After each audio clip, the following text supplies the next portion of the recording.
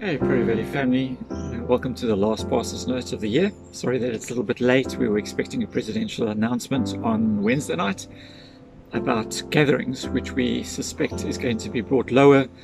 Didn't come. So I think just to say that if the president or deputy president does make an announcement to lower church numbers or gathering numbers to 50, then unfortunately we will with immediate effect end our Sunday gatherings in the building. It's a pity, but the reality is as this fourth wave descends on us, there's every likelihood that they are going to limit the numbers for our gatherings. If it's 100 or more, then we will continue to meet in the building. So assuming everything stays as it is, we keep meeting Sundays, except of course Christmas morning will be Protea Valley Church at home. If the numbers are brought down to 50, then unfortunately we will go back to online services only.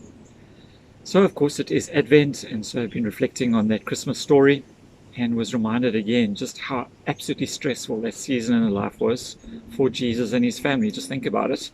And Mary finds out she's pregnant, she's not married. Joseph is having to struggle with the reality of what that means for him personally and his community, the shame that would have gone with that. Then they realize that they need to get married, and then they're called to a gathering in Bethlehem to be counted in a census. Now your wife is 9 months pregnant. Now you've got her head on a donkey. You're wondering, is she going to go into labor on the way? Are we going to get there safely? You get there safely, and then there's no place for you, anywhere for you to stay. And you get stuck with the animals outside. Just an incredibly stressful space. And then very soon afterwards, we read that, of course, Herod wanted to kill all the babies. And so Joseph and Mary take their newborn baby and they flee. They become refugees in Egypt. So there's nothing about that arrival of Jesus other than the angels singing, and of course the beauty of the visits of the shepherds and the wise men. Everything else about it is just deeply stressful.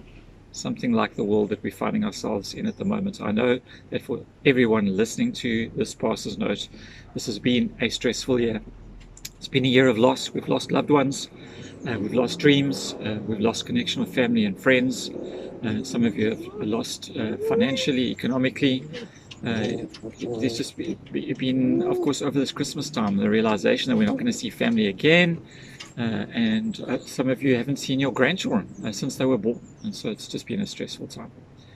Well, I just want to remind you that even though it feels messy and disjointed and disconnected, that God is with us. That's the whole story of Christmas. Emmanuel, God with us. You're not forsaken, you're not forgotten. And that's where you need eyes of faith, to be able to see the world and the stress around us with eyes of faith, to believe God is at work.